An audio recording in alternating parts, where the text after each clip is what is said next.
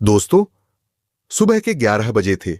एक बुजुर्ग व्यक्ति साधारण कपड़ों में, हाथ में एक पुराना लिफाफा लिए एक बड़े बैंक में दाखिल होते हैं। जैसे ही वह बैंक में कदम रखते हैं, हर कोई उनकी ओर घूरने लगता है। बैंक में अमीर लोग, सूट बूट पहने ग्राहक और ऊंचे पदों पर बैठे कर्मचारी मौजूद थे, और ये बुजुर्ग व्यक्ति वहां सबसे अलग दिख रहा था।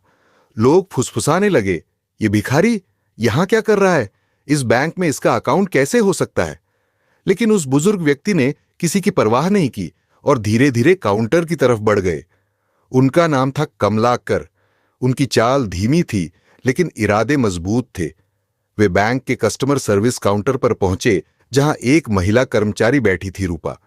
लेकिन जैसे ही उन्होंने अपनी समस्या बतानी चाही, तो बैंक के लोग उनके कपड़ों को देखकर उन्हें जज करने लगे। क्या इस बुजुर्ग व्यक्ति के पास कुछ ऐसा था जो सबको हैरान कर सकता था? क्या यह सच में कोई साधारण आदमी था, या इसके पीछे कोई छुपी हुई सच्चाई थी? पूरी कहानी जानने के लिए वीडियो को अंत तक जरूर देखें। कमलाकर शांत स्वभाव से बोले, बेटी, मेरे अकाउंट में कुछ समस्या आ रही है, कृपया इसे देख लो। रूपा बुजुर्ग व्यक्ति की वेशभूषा को देखकर घबरा जाती है और कहती है, बाबा, मुझे नहीं लगता कि आपका अकाउंट इस बैंक में होगा। कमलाकर मुस्कुराकर जवाब देते हैं, बेटी, एक बार देख तो लो, शायद हो सकता है। रूपा अनमने ढंग से उनका लिफाफा लेती है और कहती है, ठीक है बाबा, लेकिन इसमें टाइम लगेगा, आपको इंतजार करना होगा। बैंक में बैठे कस्टमर्स और स्टाफ उनके बारे में तरह तरह की बातें करने लगे। लगता है कोई भिखारी बैंक में आ गया है। इतना बड़ा बैंक, इसमें इसका खाता कैसे हो सकता है? कमलाकर सब कुछ सुन रहे थे, लेकिन उन्होंने चुप रहना बेहतर समझा। बैंक में जयप्रकाश नाम का एक जूनियर कर्मचारी था, जो छोटे मोटे काम संभालता था। जब वह बैंक में आया तो उसने देखा कि सब लोग उस बुजुर्ग व्यक्ति का मजाक उड़ा रहे हैं। उसे यह देखकर बहुत दुख हुआ। वह बुजुर्ग व्यक्ति के पास गया और आदरपूर्वक पूछा, बाबा, आपको क्या काम है? कमलाकर बोले, बेटा, मुझे बैंक मैनेजर से मिलना है, कुछ जरूरी बात करनी है। जयप्रकाश तुरंत बैंक मैनेजर सुनील वर्मा के केबिन में गया और कहा, सर, एक बुजुर्ग व्यक्ति आपसे मिलना चाहते हैं। मैनेजर बिना उनकी बात सुने चिढ़कर जवाब देता है, ऐसे लोगों के लिए मेरे पास टाइम नहीं है, बिठा दो, थोड़ी देर बाद खुद ही चले जाएंगे। जयप्रकाश को यह सुनकर बहुत बुरा लगता है, लेकिन वह कुछ नहीं कहता। कमलाकर 1 घंटे तक वेटिंग एरिया में बैठे रहते हैं। अब उनका धैर्य जवाब देने लगा था। वह उठते हैं और मैनेजर के केबिन की ओर बढ़ते हैं। मैनेजर उन्हें दरवाजे पर ही रोकता है और असभ्य लहजे में पूछता है, हां बाबा, बताओ क्या काम है? कमलाकर शांत लहजे में कहते हैं, बेटा, मेरे अकाउंट में कुछ समस्या आ रही है, क्या तुम इसे देख सकते हो? मैनेजर बिना चेक किए ही जवाब देता है, बाबा, जिनके अकाउंट में पैसे नहीं होते उनके साथ ऐसा ही होता है। आपने भी पैसे नहीं जमा किए होंगे, इसलिए आपका अकाउंट बंद हो गया है।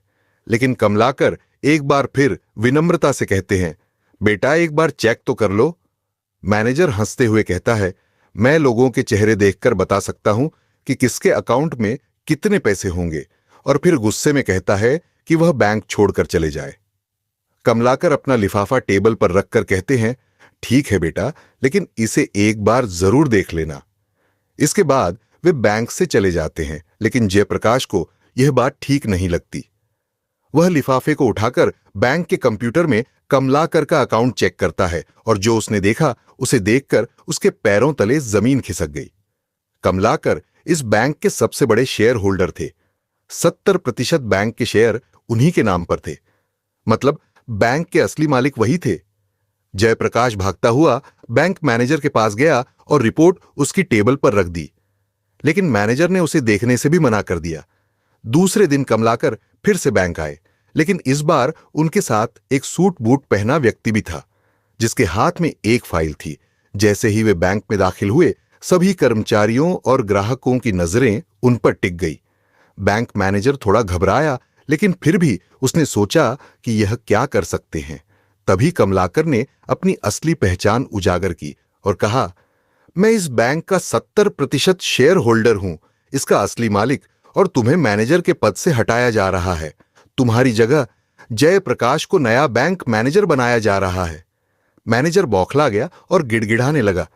मुझे माफ कर दीजिए सर, लेकिन कमलाकर शांत लहजे में बोले, माफी उन लोगों को दी जाती है जो अपनी गलती सुधारने के लिए तैयार हों। बैंक के सभी लोग हैरान रह गए।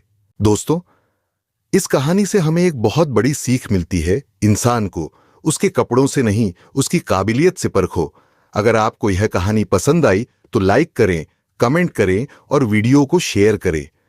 मिलते हैं, और यदि आप हमारे चैनल पर नए हैं तो कृपया और भी ऐसी कहानियां सुनने के लिए सब्सक्राइब करें। मिलते हैं दोस्तों अगले वीडियो में एक नई कहानी के साथ। तब तक के लिए धन्यवाद।